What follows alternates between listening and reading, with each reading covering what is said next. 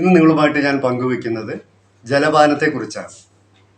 നമ്മൾ സാധാരണഗതിയിൽ വെള്ളം കുടിക്കുന്ന സമയത്ത് ഉയർത്തി കുപ്പിയിലാണെങ്കിലും ഗ്ലാസ്സിലാണെങ്കിലും ഉയർത്തി നേരെ തൊണ്ടയിലേക്ക് ഒഴിക്കും.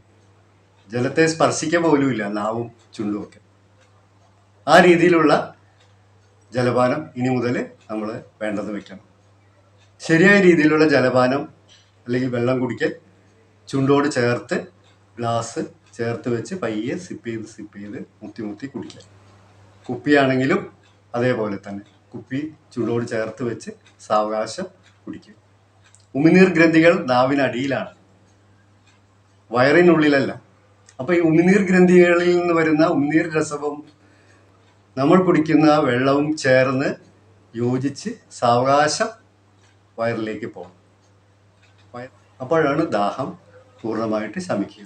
അല്ലെങ്കിൽ നമ്മൾ വെള്ളം കുടിച്ചുകൊണ്ടിരിക്കും, ഇടയ്ക്കിടയ്ക്ക് വീണ്ടും വെള്ളം കുടിക്കാൻ തോന്നും. അപ്പം ഈ രീതിയിൽ വായിൽ വെള്ളം നിർത്തി സാവകാശം സിപ്പ് ചെയ്ത് വെള്ളം കുടിക്കുക. രാവിലെ എഴുന്നേറ്റിട്ട് വെള്ളം കുടിക്കുന്നവരുണ്ട്.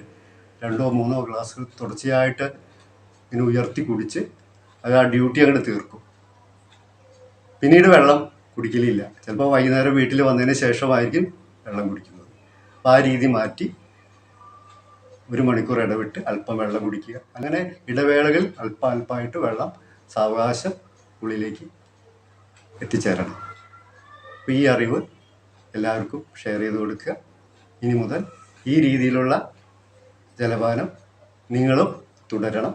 എല്ലാവർക്കും നന്ദി, നമസ്കാരം.